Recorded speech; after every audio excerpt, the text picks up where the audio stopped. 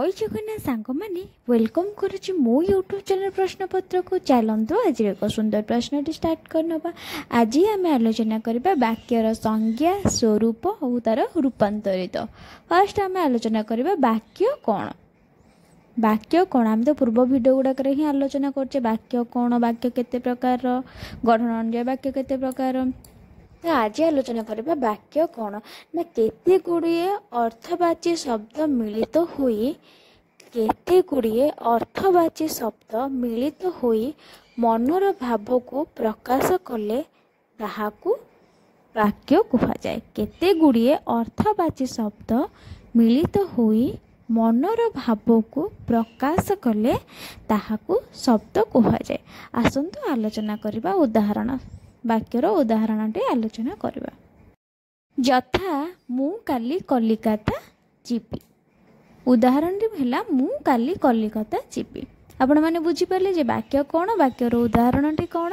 आसंतु आलोचना करबा वाक्य केते प्रकार। विशुद्ध वाक्यर लक्षण। विशुद्ध वाक्य रे तीनोटी लक्षण परिदृष्ट हुए। विशुद्ध वाक्य रे तीनोटी लक्षण परिदृष्ट हुए। आमे तो माने आलोचना करथिले जे वाक्य कौन तापरे तार लक्षण। लक्षण होची विशुद्ध वाक्य रे तीनोटी लक्षण परिदृष्ट हुए। एक आकांक्षा, दुई योग्यता, तीन आसक्ति। बुझिला।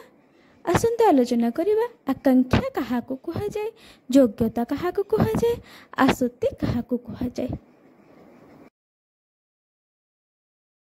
आसंतु आलोचना करिबा आकांक्षा काहाकू कहा जाए।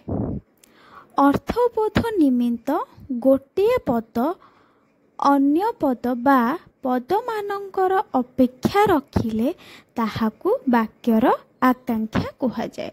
बुझिला। अर्थबोध निमित्त गोटिए पद बा अन्य पद बा पद मानकर अपेक्षा रखिले ताहाकू कौन कहा जाए, आकांक्षा कहा जाए। बा वाक्य मध्यरे गोटिए पद जदि अन्य पदर अपेक्षा रखे ताहाकू आकांक्षा कहा जाए। वाक्य मध्यरे एहीपरि जेउ आकांक्षा रहिले ताहा वाक्य पदवाच्य होई पारे नाही। बुझेला ना। वाक्य मध्यरे एहीपरि जेउ आकांक्षा रखिले ताहा वाक्य पदवाच्य होई पारे नाही। आसंतु आलोचना करबा एहार उदाहरणटे। यथा वृक्षटी बात्या द्वारा। पिलाटी परीक्षा रे कौन करुछि, परपद बा अन्य पदर एठी अपेक्षा करुछि। बुझिएला। आकांक्षा काहाकू कहा जाए, आकांक्षार उदाहरण। आसंतु आलोचना करबा एबे योग्यता काहाकू कहा जाए आउ तार उदाहरण गुड़िक। योग्यता काहाकू कहा जाए ना वाक्य मध्यरे व्यवहृत पद मानक मध्यरे पारस्परिक संबंध थाए। वाक्य मध्यरे व्यवहृत पद मानक मध्यरे पारस्परिक संबंध थाए। ए संबंध परस्पर विरोधी हेले अर्थ प्रतीति रे बाधा सृष्टि हुए। वाक्य मध्यरे व्यवहृत पद मानक मध्यरे संबंध थाए किंतु ए संबंध परस्पर विरोधी हेले अर्थ प्रतीति रे बाधा सृष्टि हुए।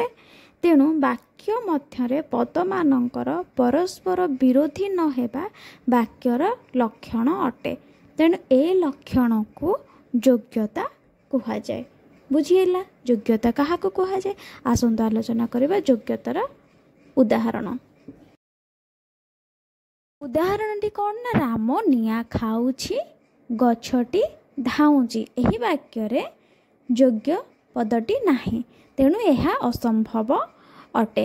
परवर्ती आम आलोचना करबा आसक्ति काहाकू कहा जाए। रहिले नमस्कार।